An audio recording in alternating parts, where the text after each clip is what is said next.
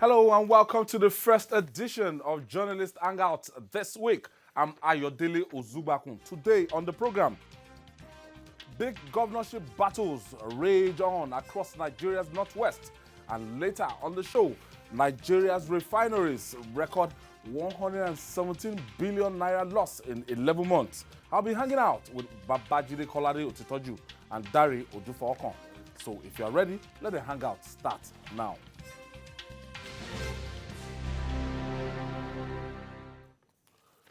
Many thanks for joining us. The unending political struggles and battles are what makes politics tick and acrimonious, especially in a democracy like ours. After the epic presidential and National Assembly election in the country last week, attention now shifts to the governorship poll holding this weekend. In the northwest of Nigeria, it promises to be a titanic contest as 6 incumbent governors battle top contenders to keep the seats. Apart from Governor Abdulaziz Yari of Zamfara State, who is completing his 2-term tenure, governors of Kano, Katsina, Kaduna, Jigawa, Sokoto, Zamfara, and Kebbi states are up against big foes in the big governorship battles raging across the country. It is definitely proven to be a titanic battles with potential bruises. Gentlemen, the Northwest, during the presidential election, the number of registered voters, the enthusiasm in this part of the country, according to what INEC recorded and we saw, they have over 20 million registered voters in the Northwest alone. And if you look at states like Katsina recorded the highest collection rates in terms of PVC, it might not be commensurate with the number of people that actually voted in presidential election. But you agree with me that the number of turnouts in Kano, the number of turnouts in Katsina, and Kebbi and these states, the level of political awareness is very high and the stakes very, very high. So Babajide, let's go to Kano. Kano is a familiar terrain. But if the result of what's the outcome of last week's presidential and National Assembly election is anything to go by, because in some states, I looked what I needed to do, how many senators emerged from this party, how many House of Rep member emerged, who showed strength, who was a big disappointment. Would that in any way change the equation or rub off, or will there be what we call a bandwagon effect in Kano State, Babajide? There's always bandwagon effect in most elections, but the dynamics will change as far as the governorship elections that we'll have on Saturday are concerned. For example, amongst Kwankwaso supporters, many of them did not want, from the beginning, did not want to vote for Atiku. Kwankwaso supporters? Yes, many of them did not want to vote for Atiku. The commitment of most of them is the governorship contest. They didn't, so a lot of them voted for Buhari. They didn't want Atiku. It's just like in Kaduna. There are people, even Muslims, today that if you put a gun to their necks, they will not vote for El-Rufai, but they will vote for Buhari. El-Rufai knows it. He knows They will not vote for El-Rufai, but they will vote for Buhari. That is the person that they want.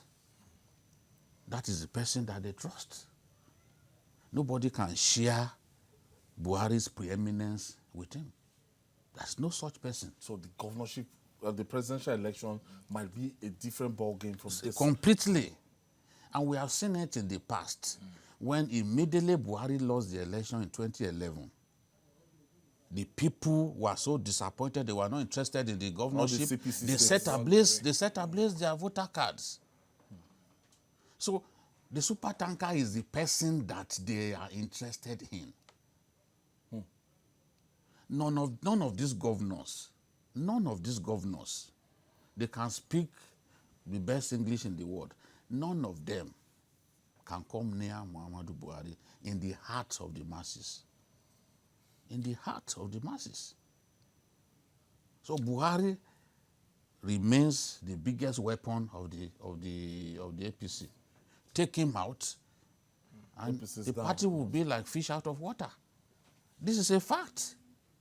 They know it. It is not until we say it, this is a fact, that stares all of us in the face. A lot of those governors would not have won the election in the first place if not for Buhari. In 2015? Yes. A lot of them didn't even have a history of winning any election. They rode on that momentum. So, to think that, oh, because people voted for Buhari that time, no, it's not like that. I'm telling you that Kwankwasia members, many of them refused to vote for Atiku because, as far as they are concerned, if they had to make a choice between Atiku and Buhari, it has to be Buhari. And for many of them, it is the governorship that is the main issue. Because they don't like the governor. Their leader does not like the governor. So their big battle, the battle that they are looking forward to, is the battle for Kano. That's the battle with Ganduje. But unfortunately for them, as events unfold, the PDP, with every passing day, becomes diminished in the state. More and more defectors from PDP are going into the APC. Already, because of Kwankwaso's greed, someone like the former governor of the state, Ibrahim Shekarau, that should have been encouraged to remain in the PDP, had to leave. Because when Kwankwaso joined the PDP and they gave him the control of the structures of the party in the state, ideally, he should not even have encouraged 50-50. Encourage the party at the center to dissolve the ESCO. Because the ESCO, the executive committee had only done about a year. And they are supposed to be a 4-year term. Yes, that was his fear. He wanted to install his own people. Okay, when you did that and you were given the mandate to set up an interim ESCO, what did you do? You sidelined Shekarau's people and put only your own people. That was why Shekarau left. He left, the supporters too left. You cannot dismiss Shekarau's popularity in Kano. In that senatorial election, Shekarau scored more than 500,000 votes. For the central? He scored the highest in Nigeria in the senatorial contest. So you Kano cannot, Central? Yes. He scored, the votes that he scored was higher than any in the whole of Nigeria. So that should tell you where he stands. That should tell you how popular he is. So they've already diminished themselves. Then already we have this court case that suddenly came today. You know? Against? Affirming that the primaries of the PDP were procedurally flawed. Therefore, the court has mandated them to do fresh primaries and find a fresh candidate. How do you do that under 1 week? So 5 days to go. 5 days to go. So that will even put them in the sort of confusion that someone like Ganduje will be jubilating over. That is, and before then, members of the faction, the Dogua faction, you know, of the former ESCO, they've all moved into the APCs. Those of them that have not officially moved, they have told their supporters, you know, to go and vote for the APC. So that should make APC stronger in Kano and given President Buhari's overwhelming support, the overwhelming support that he enjoys in Kano, that he can even raise up his hand. You know, the president was already turning as if he was leaving. They reminded him that he had not raised up Ganduje's hand. Then he quickly held his hand and raised his hand up. That the president has done that guarantees a quantum of votes for Ganduje. Ganduje is coming into this election with baggages, especially that allegation, the video that they went to the House of Assembly and the governor went to the House of Assembly, has actually stalled it by going to court legitimately, and the court actually ordered the House of Assembly to stop the investigation. But Nigerians are asking questions. Even they've been asking that same question from President Muhammadu Buhari, that what is your comment? What do you make of the Ganduje gates? Will that not substantially rob Ganduje of votes next Saturday? Yeah, well, like the maestro said, if only PDP is having it a bit rosier this time, the issue of that video is enough to give Governor Ganduje sleepless nights as we approach this election. But unfortunately, in as much as many people in Kano would go to the polls remembering that allegation, it may not be enough to stop Ganduje's re-election. And this will be premised not on his popularity. In the social media, they call him Gandola. Gandola, the man who pockets the dollar, the man who... If we were to be talking about Ganduje's popularity at this time, I don't see how he will have scaled through the election. But look at the factors outlined by Babajide. The victory of President Muhammadu Buhari, as much as I want to agree that ordinarily Buhari belongs to a class of his own, but a lot of these governors without Kwakwanso still putting up 1.4 million votes.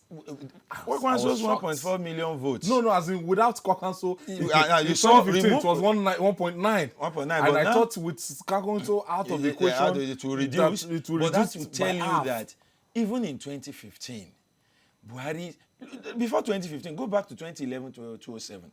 Look at the kind of votes he's been garnering. You see, the Northwest is Buhari's comfort zone. And these governors have been enjoying it, just his comfort zone. In Kano on Saturday, Ganduje will scale through largely on the strength of Buhari and the APC. The APC has been popularized over the years in Kano, especially with Buhari's name.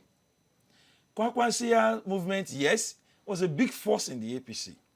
But the lesson the likes of Kwakwanso have learned is that Kano people will first look at where Buhari is standing before looking at any other political big name. The crisis in PDP again, and especially this sudden court return to court, will rob the PDP of any seriousness on Saturday. As it stands, if INEC agrees with that court ruling, it means PDP in Kano is not having a Guba candidate as we speak. If INEC comes out to say, yes, we agree by that ruling. And if they agree that, okay, give us a new Guba candidate. If it is not the same person, the popularity is... the window for...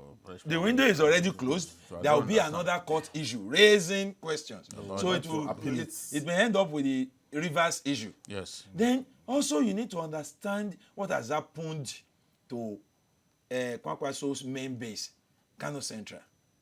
Shekarau's victory and the figure. If you take 500,000, let us conveniently assume that 1.4 million belongs to Kwakwanso across the state. Assuming without considering now, you take 500,000 out of that in just one senatorial district, you will be left with 900,000 to be divided by the other two. The APC is not going to be folding its arms in the other area. So PDP is sufficiently disarmed by events and factors in Kano. Enough for it not to really perform very well on Saturday. There was a kind of apathy in some other region, but not this Northwest. As in, when you talk about Lagos, Lagos was a huge disappointment, going by the number of people that has PVC, the highest in the federation, 6-point-something million. At the end of the day, the voters, and then when you go to the south side, when you go to the southeast recorded 24% in all for the number of PVC they collected. But we still see the figure. They see churn up from this Northwest. What is the driving force? No, the political tradition is there. That political tradition is there and it is strong. It's gone on like that from year to year. From the days of Malam Aminu Kano, the people had been used to being mobilized politically. You see women come out, you see men come out, you know. and they let them know the value, the importance of taking part in elections. We can say all kinds of things, that, why should some of the votes are doctored? We can say all that, all kinds of We can things. see we are not blind to the awareness. We see. But the truth is, no matter if you do cues. a free and fair election, an election that is perfect, we've not reached that point. There's no part of Nigeria where rigging didn't take place. It's a matter of on both sides. On both sides. It's a matter of what you are able to go away with. If you see a video today, you see another video of the rival party. People thumbprinting. In fact, I saw one in which an individual thumbprinted 10 booklets. That's 1,000 votes. An individual sat down in one place, and in the video, he thumbprinted 10 booklets. That's 1,000 votes for him alone. So let's even leave the issue of the fact that our elections are not perfect. The fact still remains that if you do a perfect election, the North will still be ahead of the South in terms of the number of people that will come out to vote, because that tradition has always been there. The ability to mobilize the people, get them to belong to the party, to be committed to the party, has always been there. And then that individual, that rallying point, that individual around whom people are prepared to exercise their franchise, that individual that people are prepared to even go to war blindfolded for. To die for. Yes. That's what I meant, go to war blindfolded. That person is Buhari. It will remain like that. If Buhari is taken out of the picture, and there's no such person again who can really galvanize the people, then you can talk about the vote coming down gradually. But it will still be high, because the political tradition has always been there. And then they are very much informed. All those, they listen to radio, the programs, many programs, even political programs in Hausa, on TV in the North. If you listen to some of them, you will see that our people are constantly informed. Our people in the North are constantly informed of development. They know what's going on, and they want to be part of the process. Also, our own people around here, they are too laid back. They are too disinterested. They are master on Facebook, master on Twitter. Social media. Even those of them who do not own social media accounts, they would rather play football on election day. I was coming to work on Saturday. I saw people, this main road, this road here, I saw them playing five-a-side on this road. Election day. On election day. Their mates in Kano will line up and vote. Even people younger than them. I saw that in Katsina. So people younger than them will line up and vote. So you see people the issue of mobilization, you are younger. Parties must spend much more money on mobilization, on election day especially. It's a lot easier to mobilize people in the North than here. That's a fact. Because I've lived in both regions. So what it then means that parties must exert more energy on mobilizing people to come out, especially on election day. They must spend their resources to get people to come out. If that changes, you will then see that Lagos showing truly that it is the most populated in our country in terms of the number of people who comes out on Monday in Lagos. Let's move to one other state now. Katsina State. Bello Aminu Masari is going to be squaring up. Aminu Bello Masari, sorry, right. Honorable, the former Speaker of the House of Representatives. And it was a state that the People's Democratic Party actually held sway. They started with Umaru Musa Yar'Adua, the late Umaru Musa Yar'Adua, 1999 to 2003, and Governor Abdullahi Shema was for 2 terms, and Masari was the Speaker of the House of Representatives. And when you go to Katsina now, you find out it's like a one-party state. I don't know, maybe it's because of the factor of President Buhari, but it's all over. Masari is just all over Katsina State. Buhari is from Katsina State. Dara, you can't take that away from him. And even you will recall that when PDP was holding a fort in Katsina, Buhari has always done well in his home state against sitting governors and parties at the center. So now he is the president. He is not just belonging to the party at the center. He is the president.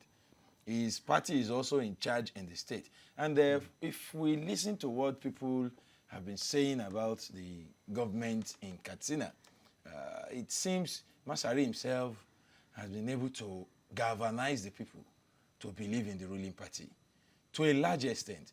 Masari is from the southern part of Katsina, Funtua zone, and that's a zone that has been clamoring for leadership in that state for a while. Now, they have it in a very popular person. Before coming to the governorship in Katsina, he was a speaker, and he did tremendously well. He's one of those speakers who managed to leave the scene with his integrity intact to a large extent. And Masari is a sage, he's a grand old man, and he has been able somehow to carry along the majority of the interests in Katsina. I served in Katsina and stayed back in that state for 5 years. I lectured in the State Polytechnic there. And I understand that there are certain factors in the politics of Katsina that just like the way you want to look at a system, they are just there.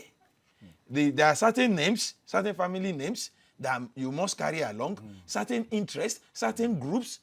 And when you hear of political disagreements and clashes in Katsina, it is always built around these factors. But somehow in the last almost 4 years, Masari has been able to manage the scenario so much that the entire state is galvanized behind him. And one issue that will have given him a lot of problem was the issue of security, banditry, that suddenly crept into the state. He is a sitting APC governor. At the center is an APC government. And he managed it in such a way. He spoke out to say, look, the federal government will have to help us. Katsina is becoming unsafe. He spoke for the people at a point when many people felt, oh, he would not want to speak against the government at the center. But he was not confrontational. But he made his case known, and his government and the government at the center somehow managed the scenario of the banditry. It is some 6 months ago, Ayo, but immediately you get into Katsina City, by 7 o'clock, the entire place is deserted. But now things are better. Yes, things are better. I have friends in town, and I speak. At least I will speak with Katsina at least twice every day. Things are better now. Places like Katsina City Restaurant and other things nearly closed down. You understand? That's the our popular spots. That's the when you get just ask for Alhaji in Dayaku. So, but the governor rose up to the occasion, and the party too. He has managed. There were crises in APC in Katsina. Yes, that's what I wanted to ask Jide.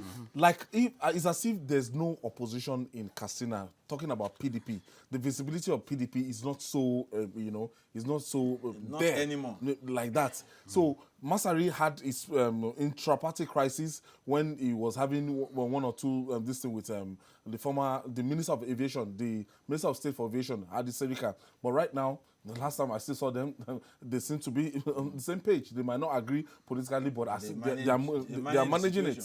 No, the thing about Masari is that his humble nature enables him to disarm even the greatest enemy. His humility is legendary. You really need to know him, to be close to him, to attest to his level of humility. Masari had problems. APC had problems in the Funtua zone, especially. But he showed so much zeal in quenching the fire. I remember visiting Katsina State sometime last year, and the governor had a meeting with stakeholders in that zone. Do you know they started the meeting around 6 p.m. The meeting didn't end until like 3 a.m. And the governor, I was looking at them through the glass barricade, and they were there trying to iron out things because he knew that he had to prepare for a day like this. So whatever the problem, no matter how little, the governor had the zeal to end it. And he runs an inclusive government with Dr. Mustafa Inua, the Fantastic SSG. secretary to the government. Fantastic, super fantastic. Is like the brain box of the administration. Fantastic SSG. He gets things done, and the governor cannot fault his loyalty. That's a man who used to be in the PDP. Yes. And he's come into the administration to stabilize it, to direct it, and ensure that the administration has focus. He enjoys tremendous He was the party chairman at the point in time. confidence of his boss. So they work together. You cannot, some of the disagreements we see in other states between party members, they don't exist in Katsina. Even the little fly in the ointment that the son of Samala Issa Funtua tried to create by saying that the primaries that brought Masari were flawed. In the end, it was resolved. And clearly, he's always been Buhari's first choice. Remember, even in 2011, he was the one that Buhari chose as the candidate of his party, CPC. He changed him at the last minute, but the voters felt no. It was even a wrong time to change the candidate because it was like the court granted that to go ahead, and they changed it like 48 hours to the election. The people voted for PDP instead. You know, that's one of the two occasions when people decided to reject Buhari's candidates. The other one happened in Kano the same year. You know? The Abacha. Yeah, yes, Mohamed Abacha. You know, so Masari, and you know, civil servants be paid. It does not owe. I think it does not owe a dime. 22nd. Somebody saw. 22nd or 23rd. Get Let their me laps. tell you, pension. What he inherited, He has almost finished pension debts that he inherited, he cleared. So when someone saw one shitty story online that Masari was owing money, and that person didn't bother to investigate and was asking the governor that kind of question, I was just laughing, because this is a state that I go to. I know that people like the governor for the fact that he has been able to solve this problem. Pays on time. Not even, it's a big problem to not pay. You can say it's not a big deal to pay salaries, but it's a big problem because some governors, even Buhari has advised people not to vote for governors who are owing salaries. So the governors who are unable Judgment to pay, they will face the wrath of the workers someday. So it's done very well, and I can tell you, yes, Senator Lado Damarke. And in fact, the interesting thing is that Senator Lado Damarke, who is from Kankara area, comes from the same zone, the same Funtua zone, with Masari. Yes. So the battle, they will first smash each other's votes in the same zone where they come from. And you can fancy the chances of the governor to emerge tops in that area. And then with the support of people like Mustafa Inua, yes, and the SSG, then the governor can claim Central, and then Buhari, Daura zone. Buhari is there to give him Daura zone. So Masari is home and dry. Masari is home and dry. Okay, let me quickly take this breather. When we come back, we'll discuss more.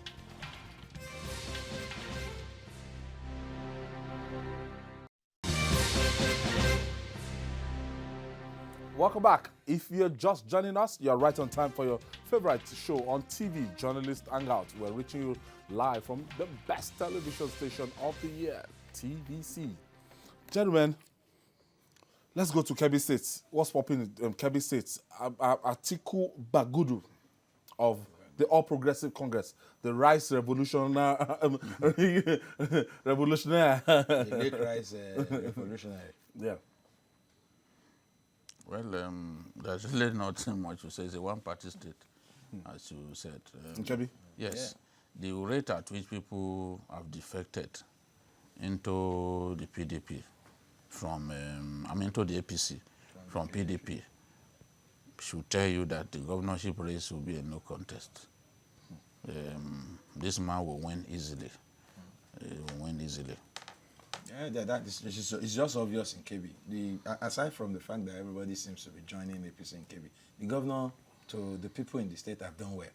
his performance He's will one of also those be governors that have led been the praised. diversification The Agric objective of the Revolution, federal government. Yes. the Agric Revolution is championed that gave back to not just Lake Rice. It's not only Lake Rice that came out of KB. Other brand of Nigerian rice came out of KB, and for this, he's been praised tremendously. He has The number of the youths area that of have taken job to creation. agriculture. Go to KB and see how youths are taking to agriculture. A lot of them who are here in Lagos working many jobs suddenly relocated home with promises to come back, but they are there. They are part of. So Bagudu is going to have it easy. APC is going to win KB. You guys see it. What's happening in Katsina? We spoke Katsina about at last. Katsina. We spoke about Katsina. No. Oh, sorry, Zamfara. Zamfara. At the end of the day, Zamfara was, they were able to get their candidates and late in the date on the ballot. So, do you see this as influencing anything? You see, the problem in Zamfara is just a case of APC going against itself. Apart from the internal crisis, Which is a major one. they shouldn't have issues.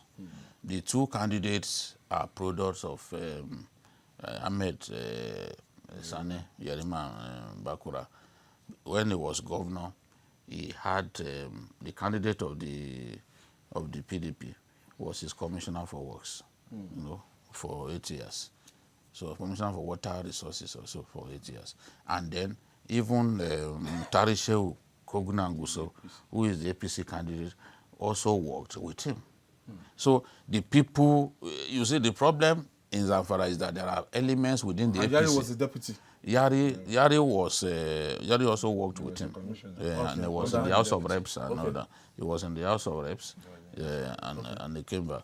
So the problem is within the APC, there are those who would think that if Mutari Shehu wins, then it is a continuation of Yari's rule. So you have people like this stubborn man of the Senate, Senator, what's his name? The chairman of Petroleum Downstream in the Senate, Marafa, Kabiru Marafa. You have people like Kabiru Marafa on one side. There are others who don't aligned. Their own goal is to ensure that Yari's candidate does not emerge. Of course, Yari is on his own, with a little support from Ahmed Yerima, whose senatorial ticket Yari took. So that is the problem that APC has, which could make the election close. Beyond that, I don't expect PDP to win in the state because that has always been an APC state. If Yari had brought out someone like Mutari Shinkafi, the former governor, Shinkafi, he would have easily won the election because he was governor before he defected to PDP, and that's Mahmouda Shinkafi. I remember his name now. He was governor when he went to PDP and came back to the APC. So he has experience, and people know what he can do. And he worked even as governor then. But the way it is, there are different elements that will allow the contest to be close between Matawale and Koguna Aguso. But I still think that the APC will carry the day. Right, Sokoto State. That's where the godson and his godfather will be slugging it out. That we have former Governor Wamako, now Senator Wamako, and his protege, that Right Honorable Tamboa. Tamboa. Who was Speaker He was of the House also of a speaker. Representatives and Before he became won governor. as governor in 2015 on the platform of the APC, He has done his ably first time. supported by Magatagada Wamako. Wamako, who was his godfather, and he still told somebody that the man will always remain his godfather. But now on Saturday, the two will be And running from the on opposite different sides. parts of the rings. One in APC, And the other Wamako in is the party leader in APC. I want to look at Sokoto from two prisms. One, what happened during the presidential election and the National Assembly. If we are to consider that, one would conveniently say it's going to be APC all the way. APC would win the governorship, would win the assembly and all that. Because against most predictions, the PDP fell too much during the last election, losing all the 3 senatorial tickets, losing nearly almost all the House of Reps tickets to APC, in spite of so much promises that people saw in PDP, largely, but we will say those expectations were built around Tambuwal as an individual. But the lesson again for the likes of Tambuwal is some people controls the political structure of that. The leader, the senator, has been around for so long. He was governor for 8 years. He's been senator and leader of APC in the state for another 4 years. So it seems that he has his hand. And Sokoto APC now boasts of a lot of political bigwigs too, in spite of the defection of Tambuwal to PDP. Many of his commissioners, serving commissioners as at that time, refused to go. There were others who left with him and made returns to the APC. They returned to the APC after a while.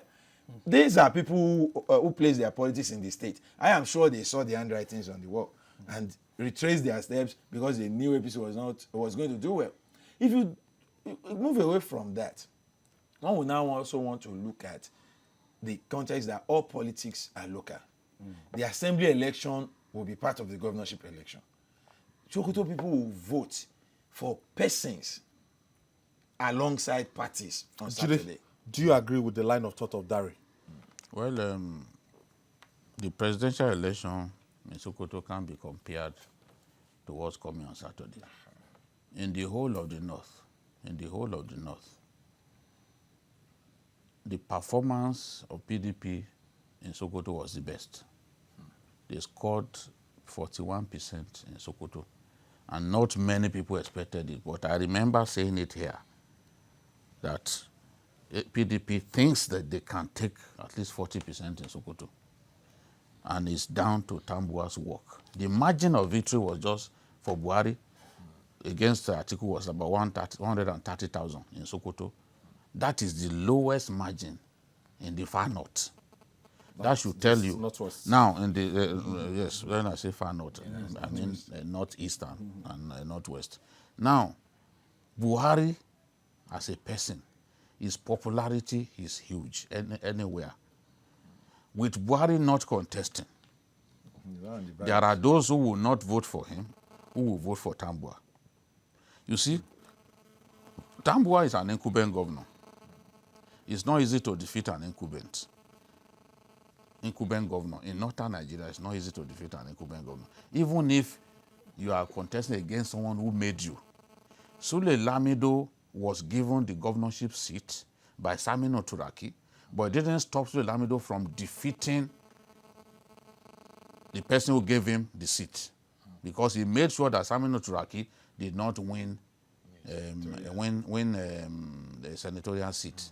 So, and many of the big people who used to be behind Wamako, they've left him to join. Yes, I'm not talking of commissioners and not just little people. Big politicians like Aminu Ibrahim, the one they call No Delay. There is also a former commissioner for lands and housing, Bello Gwiwa, and Dr. Jabi Kilgori. He also left APC. Mohammed Toureta, chairman of APC for 6 years in the state, he too left to join PDP. There is Ibrahim Dambaba, who is the second biggest financier of the Wamako group. You know, he was director in the Federal Civil Service. He has money. He's also with him. You know, so there are many of them who are with Wamako now, and that gives Wamako the confidence to believe that he can win. So if they did that well in the presidential contest with Buhari on the ballot, if the PDP did quite well, that should tell you that in the governorship contest, the race will be very, very tough. And when some of Wamako's supporters left Wamako because they didn't like the person that he chose. Choice of governorship yes, candidate. as a governorship candidate, they believe it's inarticulate, that it's not strong enough and all that. So Wamako is strong, no doubt about it.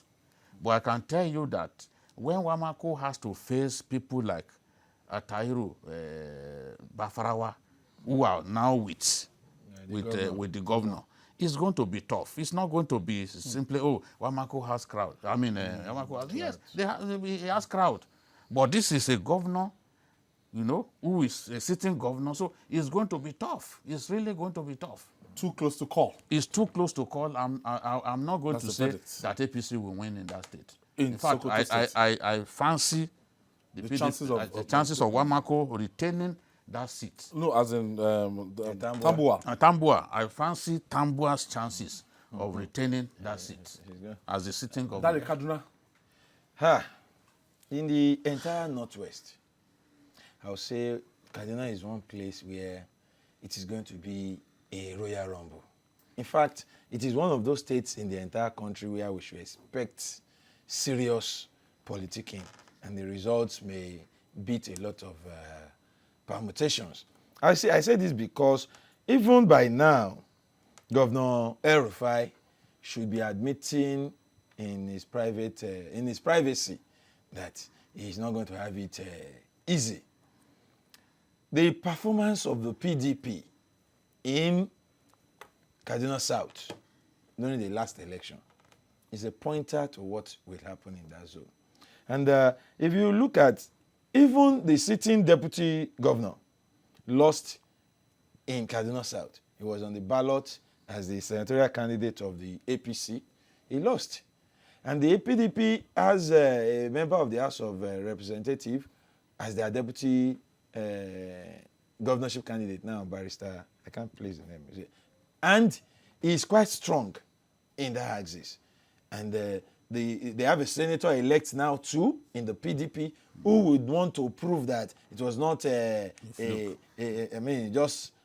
So the PDP, if the PDP succeeds again in holding Kaduna South the way they have done, and they have their governorship candidate from another part of the state, yes, he is not going to walk through the park empty-handed in his own axis. If Kaduna, El-Rufai to succeed in holding the central, as he is boasting he will conveniently, then the PDP will hold the South. Then the North will be up for grab. And if that happens, it can go either way. Now, another angle to the contest in Kaduna is we cannot run away. We can no longer ignore the fact that the contest in Kaduna has taken not just an ethnic line, but also a religious line. I wanted to ask Jide, from this permutation now, it's looking like a contest between Kaduna South and Kaduna North. Not simply. Okay. Not simply. I must say that the votes of Southern Kaduna can make a governor win an election. The vote of Southern Kaduna? Yes, because it happened before. It happened during McCarthy's second term. Because McCarthy did not do wholesale Sharia. Many Muslims were against him. They didn't vote for him. But he got maximum support from Southern Kaduna. And with maximum support from Southern Kaduna, you are guaranteed about 35% of the vote.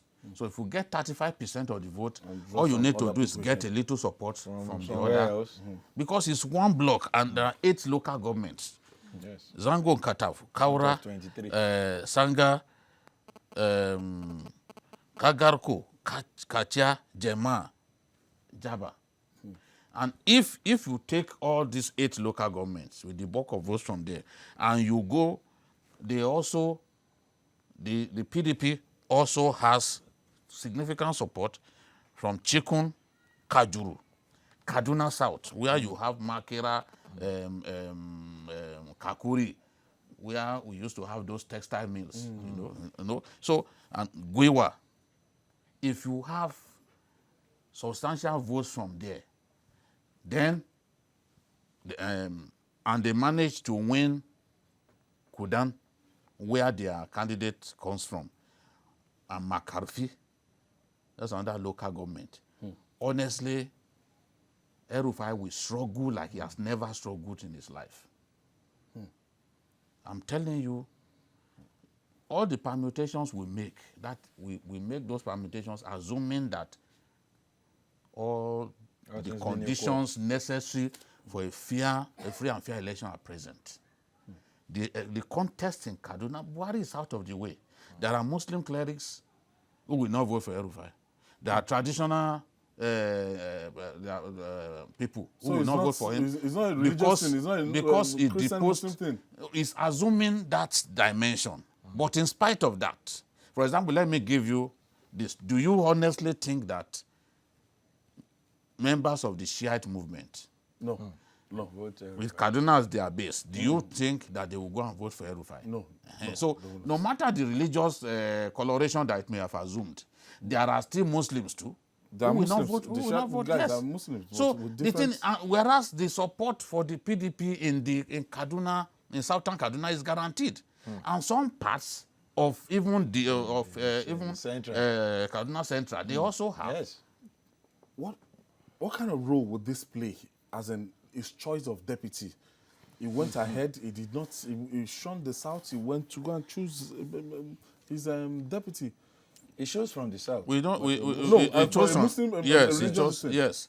I think at that time we said that it was wrong of him to do that, but that time is gone now. Elections are here, so that it doesn't look like we are the ones who want to cause. No. We cause just his don't want fault. to go that route. No, we said it at that time. Okay. I personally said it was wrong. No governor had ever done it. Because it would then look like you are marginalizing a religion. But we shouldn't join those who are turning this into a religious affair. There are Muslims who don't want to see El-Rufai.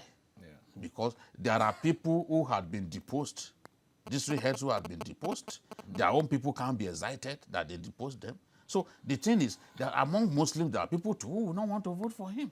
So he has his job cut out. He has, and this is certainly not going to be an easy contest for him. Because if you have the bulk votes from 8 local governments, and then you go to zone 2, even Breningwari, we don't know where Breningwari will go. Of course, there's so much fighting there and all that. So you have, and then you go to zone 2. I'm sure in zone 2, they will want to pick at least 3 local governments. That's Chikun, Kajuru. But he cannot win Kajuru. We know that.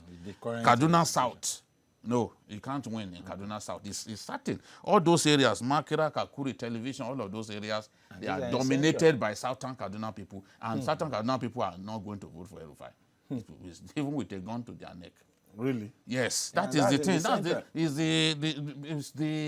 It's the way it's always been. Even he said it, that even if he made Pope His deputy. that those people will still not vote for him. You see the way he talks as a governor. You know? So even that one angered people. And these So are people these of are the Catholic faith. The big battle now, both of them are Muslim. You know? The candidate of the PDP and El-Rufai, both of them are Muslim. So the main battleground will now be in the Zaria area. That Zaria area. So whoever gets good grip of that place and then manages to win Kaduna Central will carry the day. But I can tell you that even from within Kaduna Central, there's significant Igbo population. There's significant population of southern Nigeria elements. So Kaduna will be a very interesting contest. I'm just waiting for that day to see what happens on election day. It's too close to call. I will not say that APC will win that election. Until the elections are over in Kaduna, Will Buhari factor play any role in helping? In 2015, we know that when Buhari actually raised the hand of Malam Nasir El-Rufai, that ordinarily El-Rufai couldn't have won by himself, that it was the Hurricane Buhari thing that swept around Kaduna State. But this one, I think it will answer his father's name. A Buhari factor will play a role in helping APC as a party to retain certain parts of the state. But the Buhari factor will, as we have seen during the last election, will not change the minds of the southern Kaduna people to vote for an El-Rufai. If largely because of El-Rufai, they voted against Buhari himself. So he will be judged by his performance. He will be judged by his performance, and he will, And his aside utterances performance as now, governor. his utterances, his disposition towards them. You see, when you think people don't like you, even the Holy Books tells us that we should try and make them like us. So El-Rufai himself has lost the votes of these people, and I don't see him. I think even his action showed that he knows that whatever he does, you are he not going to cannot vote get for their me, votes. and I am not going to bother about that. And if you see He some wanted- videos that they were chasing him, the when error he he went made to was he wanted to concentrate. Let's just before we go, let's just the last state in the northwest. That's Jigawa State. Jigawa is another state where performance will speak. The current governor, Abubakar Badru, has to a large extent been adjudged to have added his own. They call him Governor Continuity. I looked across the country. In fairness to this man, he is one man who came and concerned himself with completing projects left behind by a PDP administration. And a lot of people are talking about Babajide. that. So I say, and then the PDP What do you seems make to of have disappeared Jigawa? from the state. Yes, Will Sule Lamido influence make any difference for the People's Democratic Party?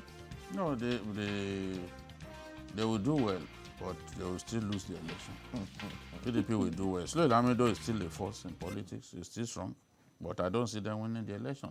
A lot of those who defected, like Ubale Shitu, who defected with Saraki to the PDP, they were left home and dry. Sani Zoro, the rest of them, they left home and dry. So where a governor is doing relatively well, an APC governor, the state suddenly becomes a one-party state. So that is the thing. Jigawa will go the way of APC. There is no question. Okay, what we're going to do is that we're going to The be taking deputy of the immediate past administration. we are going to be is in taking APC. this region one by one, and we hope to exhaust it by Thursday or before Thursday. So we've done the biggest, the largest. So the battleground state. So battleground state in the whole of the northwest is Kaduna State. Kaduna State. I Yeah, want to well, thank you, well, Dare it's Odufor supporters Okon. should pray Thank you for so him. much, Dare.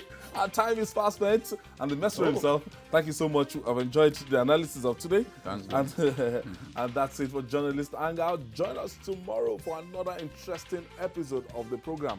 I'm Ayodele Uzubakun. See you tomorrow. God bless Nigeria.